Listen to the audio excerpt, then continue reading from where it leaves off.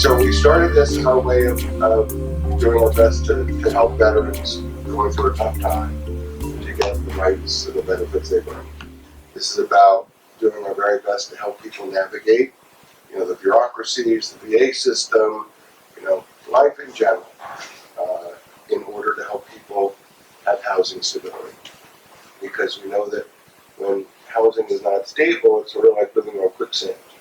It's very hard to hold a job, it's hard to keep relationships, it's hard to pursue any kind of training, it's hard to parent, pretty much everything is tough when you don't know if you have a safe, stable place to live. So we started in October 2011. Since then, we've had about just over 7,000 veterans and their family members that we've been able to serve in Miami-Dade and Broward County, and we're really grateful for that. We've learned a lot over those years about what's most helpful, what's not so helpful, how to do the best job possible. We hire a team here. We have about 20 people working for the agency. They're all people who care deeply about veterans, and are all people who are honored to be there to serve to the best of our ability. It's a very human team, so we all have good days, bad days. We get overloaded sometimes. All the things that come with being human. But it's a team that really does care a great deal. The way our program works is once you come in, as you are today, you will complete intake.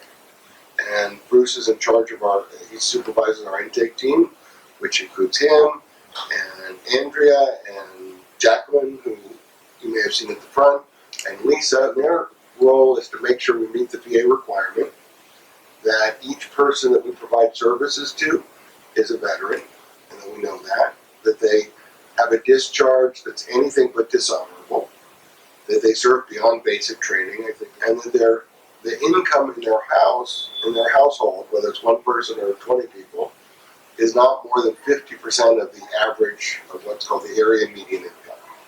So the intake team has to verify that. So sometimes that's easier than other times, but they have to get the documentation to verify that, so that the VA, when they come and review our records, which they do, can see that we did what we were supposed to. So a third of all is that they have a housing challenge. Either they don't have housing. So a lot of people come to us, they don't have housing.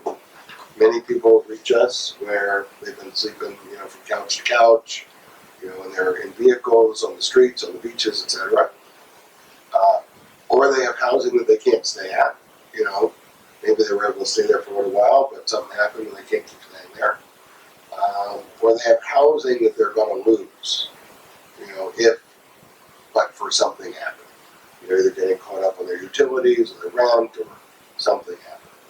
So once the intake team is able to put that together, and sooner, if it's an emergency, many people that come in at a time of emergency, you get assigned to our case management team.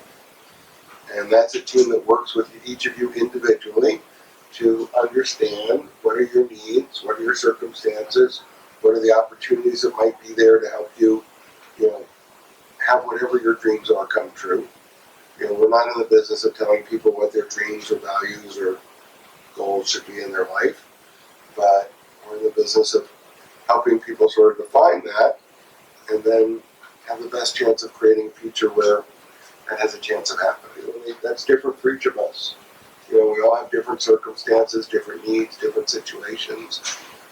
So for some people, it's a pretty quick, simple situation. Maybe someone fell behind on the utilities, just needs help getting caught up. That's pretty simple. For others, it may be more complicated. If someone doesn't have any income and we need our legal team to pursue benefits with the VA or other kinds of benefits to get income. For others, it might involve searching for housing that is sustainable. For others, it might involve trying to get a voucher. We can help with things like application fees. We can help with transportation to go and see places if you need to. You can come here any day you want, use our computers, internet, printers, phones, to do all that stuff. Because, we know that if someone doesn't have transportation, for example, or is using public transportation, it can take a whole day just to get to one place to see it. Yeah, absolutely. So we will help in any way that we possibly can to to minimize what it takes to find housing. Other than that, we can help you though with landlords, because a lot of landlords, when they know that you're working with Operation Sacred Trust, that you've got an agency standing with you and beside you and behind you, that can really help. Because most people I know, they've got issues in their lives, whether it's credit or criminal history or whatever, or evictions. So we have a pretty good track record of helping people overcome that. The more the case manager knows about sort of what's going on that is getting in the way of you having stable housing, the better they're able to help. So you really want to, and they're here to be your advocate, and they're here to help you succeed. They're here, for one purpose, which is to help those people who are eligible for our program, which by the time you get to them, we generally know you are, to do our very best to help you not have housing issues in the future. The VA wants this to be a short-term program. The way they design this is they don't want us taking over what the VA normally does themselves. So, if somebody needs, regular counseling or case management, or obviously medical services, they want people to get that at the VA.